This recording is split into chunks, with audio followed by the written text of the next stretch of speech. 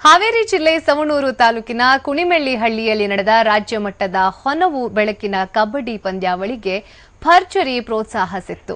ಗ್ರಾಮದ ಧರ್ಮಶಾಲಾ ಮೈದಾನದಲ್ಲಿ ನಡೆದ